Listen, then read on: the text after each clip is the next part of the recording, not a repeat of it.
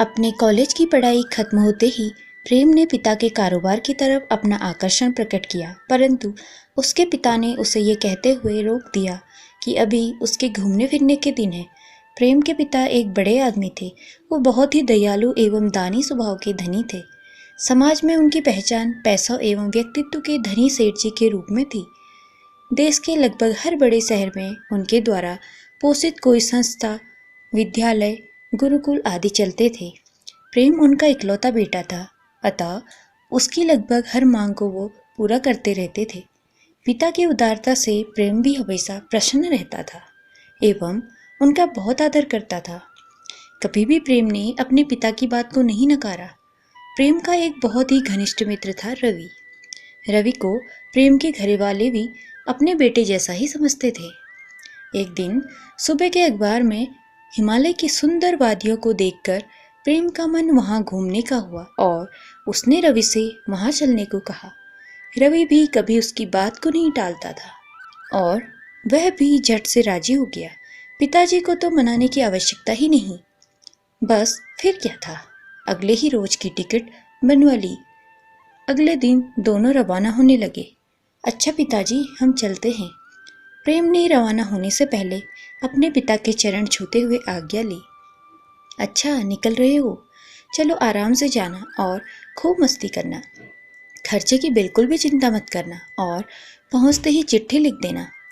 प्रेम चलते हुए अभी घर से बाहर ही आया था कि अचानक एक आवाज ने उसे रोका। देखा तो उसके पिताजी थे। क्या हुआ पिताजी? अरे ये एक पता है जो कल मैं ऑफिस से लिख कर लाया था, पर तुझे देना भूल गया। पता? किसका पता? वहाँ गुलमार्ग के पास में एक गुरुकुल है जिसे हम थोड़ी बहुत मदद भेजते रहते हैं। वहाँ के आचार्य बहुत अच्छे हैं, सब उन्हें गुरुजी कहते हैं और मैं भी उनका बहुत ही आदर करता हूँ। पिछले कई सालों से मैं उनका आशीर्वाद लेने नहीं जा पाया हूँ। तू जा रहा है तो वहीं रुकना, इस बहाने गुरुजी का आशीर्वाद भी प्राप्त हो जाएगा।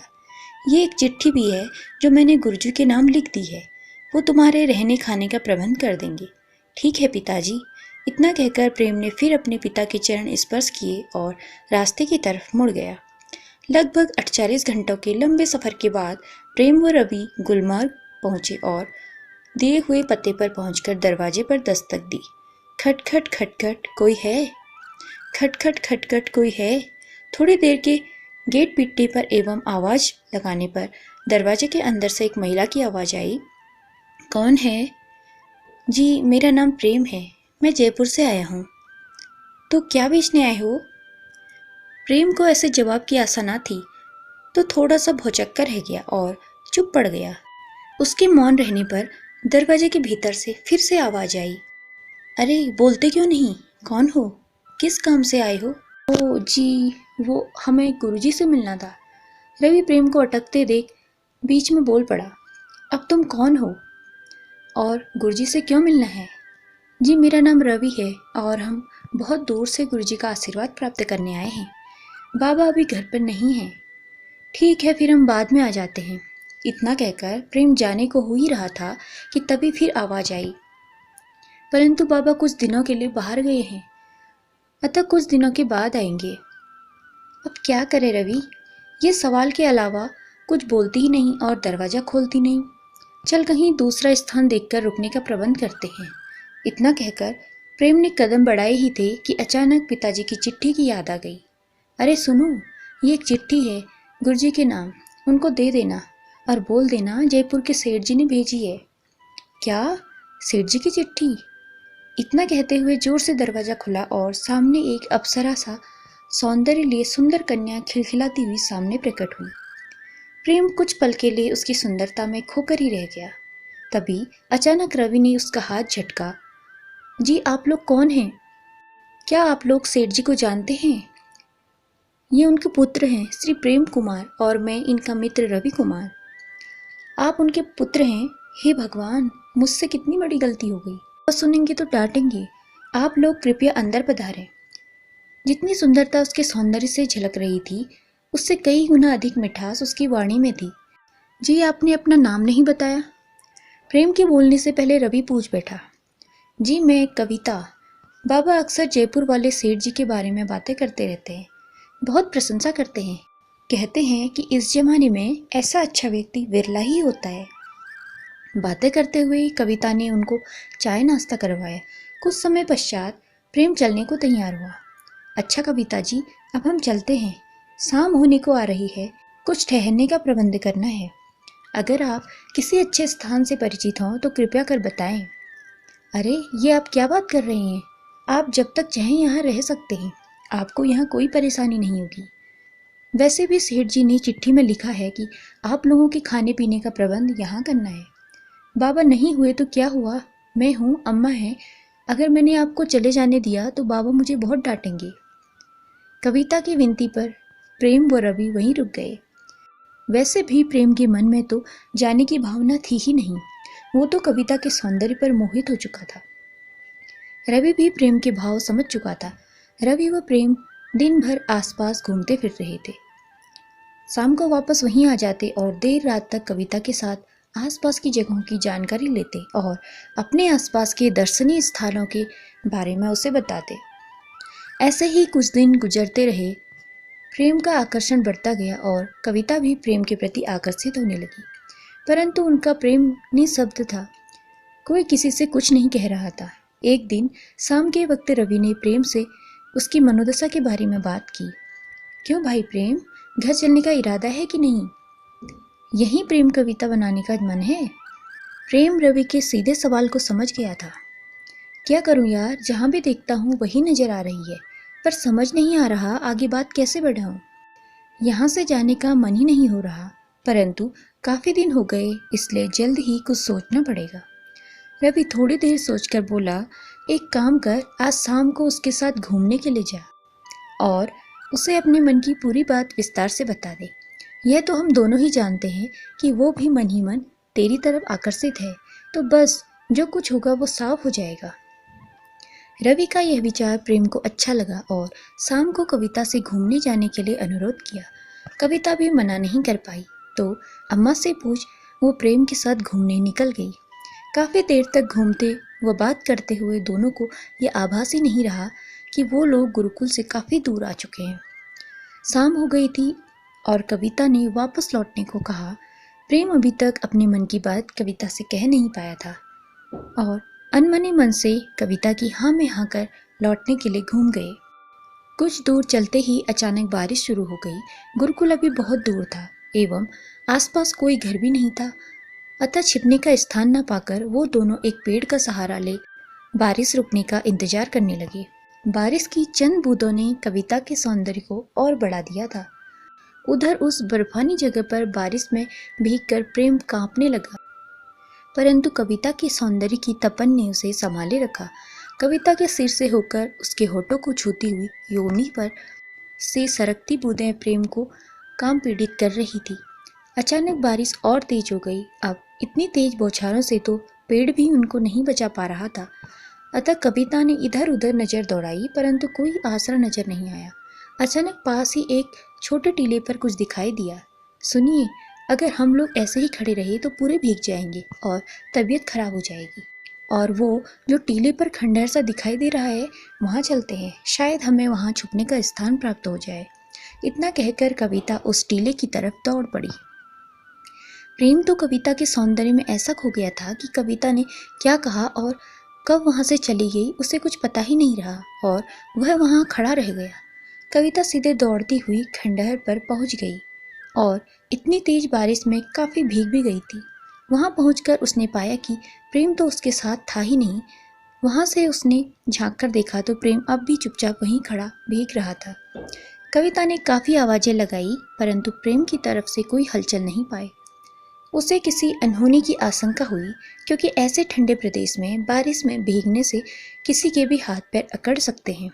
अतः वो फिर से भीगते हुए प्रेम को लेने दौड़ पड़ी। सुनिए सुनिए, कविता के हिलाने से ही प्रेम का ध्यान टूटा। प्रेम तो पहले से ही ना जाने कितने ख्वाबों में डूबा हुआ था और अब तो उसे कविता का स्पर्श भी प्राप्त हो गया था। अतः फिर वह अपने सपनों में डूबने लगा, परंतु फिर कविता के हिलाने से वो स्वप्न लोक से लौट आया। सुनिए, यहाँ आपकी तबीयत खराब हो रही है, आइए चलिए, वहाँ उस टीले पर एक सुरक्षित स्थान है, वहाँ हम रुक सकते हैं। इस बार कविता प्रेम का हाथ पकड़कर ही उसे खींचते हुए ले जा रही थी और प्रेम तो मानो जैसे कि उड़े जा रहा था। परंतु अब वो सचेत होकर कविता के स्पर्श का अनुभव ले रहा था। टीले पर पहुंचते पहुंचते कविता व प्रेम काफी भीग चुके थे। कविता तो तरबतर थी क्योंकि वो तो प्रेम से दोगुनी भीगी थी। कुछ देर तक दोनों ऐसे ही बैठे रहे, परंतु बारिश नहीं रुकी, बल्कि ठंडी हवा और चलने लगी। बारिश में भीगने की वजह से कविता को ठंड लगने लगी और वो अपने दोनों हाथों से घुटनों को भींचे हुए कांपने लगी। प्रेम ने कविता को ऐसी स्थिति में देख आसपास कुछ जलाने का देखा, परंतु उसे कुछ प्राप्त नहीं हुआ। उस खंडहर में उसे केवल कुछ सूखी लकड़ियां मिली, पर उन्हें जलाने के लिए कुछ नहीं मिला। कविता के कपड़ों से पानी चू रहा था। इस स्थिति में उसकी तबीयत ज़्यादा खराब हो सकती थी। अतः प्रेम ने उसे अपना कोट उतारकर अपने कपड़े सुखाने के लिए कहा, परंतु कविता इस स्थिति में नहीं थी। फिर भी उसने प्रेम का कोट लेकर उसे पहन लिया और अपने ऊपर के ज़्यादा भीगे वस्त्रों को उतार कर निचोड़ सुखा दिया और वहीं बैठ कांपने लगी। कुछ देर तक कांपते रहने के बाद अचानक कविता को कुछ बेहोशी सी आने लगी और वो वहीं बेहोश होकर दीवार से टिक गई। इस बेहोशी में कब उसके शरीर से कोट हट गया पता ही नहीं चला। प्रेम खंडहर के बाकी के हिस्सों में कुछ जलाने को ढूंढ रहा था। वहां उसे कुछ बोरियां मिल गई। उन्हें अच्छे से साफ कर वो ले आया। आते ही कविता को अर्धनग्न अवस्था में देख उसके होश उड़ गए। उसने तुरंत दूर से ही एक बोरी उसके शरीर पर फेंक दी एवं बाहर आ गया। कुछ देर बाद वापस जाकर देखा तो कविता को उसी स्थिति में पाया। वो वापस गया तो उसे पता चला कि कविता तो बेहोश है। उसने उसका तन बोरी से आराम से ढक दिया तो उसे पता चला कि कविता कांप रही है और एकदम ठंडी पड़ी हुई है। इस अवस्था में तो उसकी जान चली जाएगी।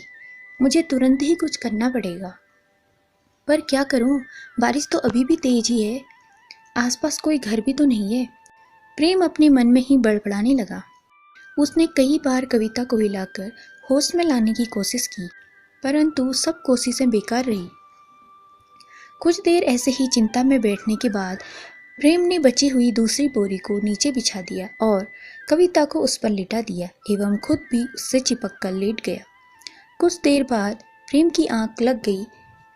ऐसे ही कई घंटे गुजरे, परंतु बारिश का थमने का बिल्कुल भी मन नहीं था। प्रेम के शरीर की गर्मी से कविता का बदन अपनी सामान्य अवस्था में पहुंचने लगा और उसकी बेहोशी टूटने लगी। उसने अपने आप को ऐसी अवस्था में प्रेम से लिपटे देख लज्जा का अनुभव किया और रोने लगी। अचानक प्रेम की नींद टूटी और उसने कविता को चुप कराते हुए कहा, कविता, तुम पूरी तरह भीगने की वजह से एकदम ठंडी पड़ चुकी थी और काफ़ी देर से बेहोश थी। यहाँ आसपास कुछ जलाने को भी नहीं था और ना ही बारिश रुकने का नाम ले रही थी। अतः तुम्हारी जान बचाने को मुझे ये सब। इतना कहकर प्रेम ने कविता को चुप कराते हुए अपने गले से लगा लिया। कविता भी पूरी तरह प्रेम में समा गई। अब बारिश रुक चुकी थी, परंतु प्रेम और कविता के बीच प्यार का इकरार मौखिक ना हो पाया, परंतु परिस्थिति बस शारीरिक अवश्य हो गया। इसके बाद अब किसी मौखिक इकरार की आवश्यकता भी नहीं थी। सुबह जल्दी ही दोनों ने घर का रुख किया। दोनों के मुखमंडल से खुशी छलक रही थी, परंतु शब्द बाहर नहीं आ रहे थे। कुछ देर चुपचाप चलते रहने के बाद प्रेम को मजबूरन बोलना ही पड़ा। कविता, मुझे तुमसे पहले दिन पहली नज़र में ही प्यार हो गया था, परंतु संकोचवश मैं कुछ कह नहीं पाया था और अब लगता है शायद कुछ कहने की ज़रूरत भी नहीं है। फिर भी यदि तुम्हें लगता है कि हमारे बीच कुछ गलत हो गया है तो मैं तुमसे माफ़ी मांगता हूँ। माफ़ी मांगने की कोई ज़रूरत नहीं है। मैं भी तुमसे प्रेम करती हूँ। हाँ, मैं मानती हूँ कि जो कुछ रात को हुआ वो गलत था, वो नहीं होना चाहिए था, परंतु शायद ईश्वर को यही मंजूर था। कविता की ऐसी बातों से प्रेम को राहत का अनुभव हुआ। तुमने मेरे दिल से बहुत बड़ा बोझ हटा दिया। अब देखना, मैं आज ही वापस जाता हूँ और कुछ दिनों में पापा से अपनी शादी की बात कर तुम्हें लेने आऊँगा। प्रेम की बातों में खुशी की स्पष्टता झलक रही थी। बस तुमसे यही प्रार्थना है प्रेम, यदि तुम मुझसे सच्चा प्रेम करते हो तो बाबा के वापस आते ही तुम उनसे मेरा हाथ मांगने आ जाना, क्योंकि अब ज़्यादा दिनों तक मैं बाबा को अपना चेहरा नहीं दिखा पाऊंगी। इतना कहकर कविता सिसकने लगी। तुम बिल्कुल चिंता मत करो, मैं आज ही जा रहा हूँ और जल्दी लौट कर आऊँगा। गुरुकुल पहुंचकर उन्होंने सबको रात की बारिश में फंस जाने की बात बताई और प्रेम व रवि वापस जयपुर के लिए निकल गए। प्रेम ने रवि को भी उसके और कविता के बीच गुजरी रात की बात नहीं बताई। रवि ने प्रयास किया कि वो पता करे कि उनकी प्रेम कहानी का क्या हुआ, परंतु प्रेम ने उसकी बात का कोई जवाब न देकर उसे टाल दिया।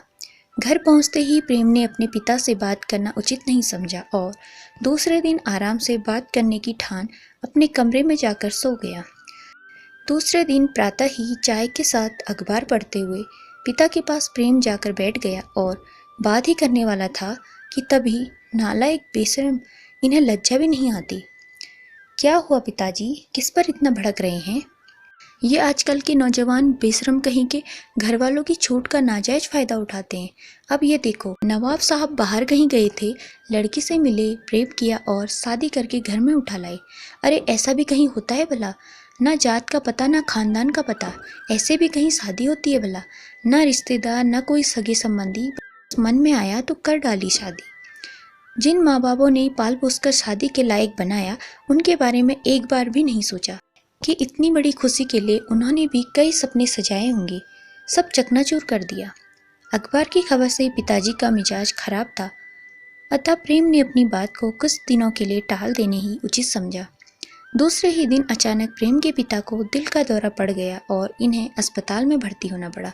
स्थिति ज़्यादा गंभीर न होने की वजह से डॉक्टर ने उन्हें कुछ दिन आराम करने की सलाह देकर 1-2 दिन भर्ती रखकर घर भेज दिया। पिताजी के स्वास्थ्य की वजह से पूरे कारोबार की जिम्मेदारियां प्रेम पर आ गई। प्रेम की कार्यदक्षता देखकर उसके पिता ने हमेशा के लिए पूरे कारोबार की भागदौड़ प्रेम के हाथों में सौंप दी। ऐसे ही पिताजी की बीमारी एवं कारोबार के चक्करों में लगभग 6 महीने गुजर गए और प्रेम के दिमाग से कविता गायब हो गई। उधर कविता की स्थिति दिनों दिन खराब होती जा रही थी। वो कई दिनों से प्रेम की प्रतीक्षा कर रही थी एवं अपनी प्रेम निशानी को सब घर वालों से छुपाने की कोशिश कर रही थी, परंतु ऐसी बातें ज़्यादा दिन छुपती नहीं। उसके बढ़ते गर्व ने सब कुछ भैया कर दिया।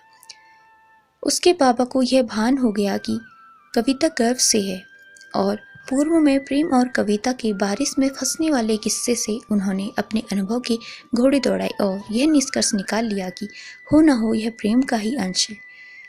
इतना सब कुछ जानने के बावजूद उन्हें अपनी बेटी पर पूर्ण भरोसा था, इसलिए उन्होंने अपनी बेटी को दोष नहीं दिया और न ही उसे लज्जित होने का कोई अवसर दिया। परंतु कुछ दिनों बाद में यह बात समाज के सामने आ जाएगी, इस वजह से एक दिन उन्होंने उससे पूछ ही लिया, कविता बेटा प्रेम कब आएगा? अब तो कई महीने बीत गए हैं और तेरे पास बस कुछ ही समय शेष है।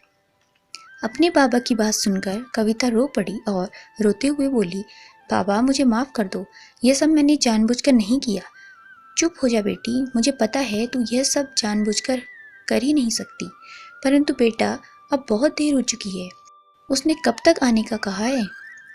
बाबा उसने कहा था कि वो जाते ही अपने पिता से बात करेगा और जल्दी लौट के आएगा, परंतु क्या पता ऐसा क्या हो गया जो वो वापस नहीं आया। कहीं उसने तुझे धोखा तो नहीं दे दिया ना? नहीं बाबा नहीं, प्रेम को मैंने अच्छे से जाना है, वो ऐसा कर ही नहीं सकता। तो फिर इतनी देर कैसे कर दी उसने? बेटा अब ज़्यादा दिन हम यह बात समाज से छुपा नहीं पाएंगे और यदि प्रेम शीघ्र नहीं आया तो समाज में तो हमारी इज्जत है वो भी मिट्टी में मिल जाएगी। पता नहीं बाबा उसके साथ ऐसा क्या हुआ, परंतु मैं आपकी इज्जत को मेरी गलती की भेंट नहीं चढ़ने दूंगी। क्या आपके पास सेठ जी का पता है?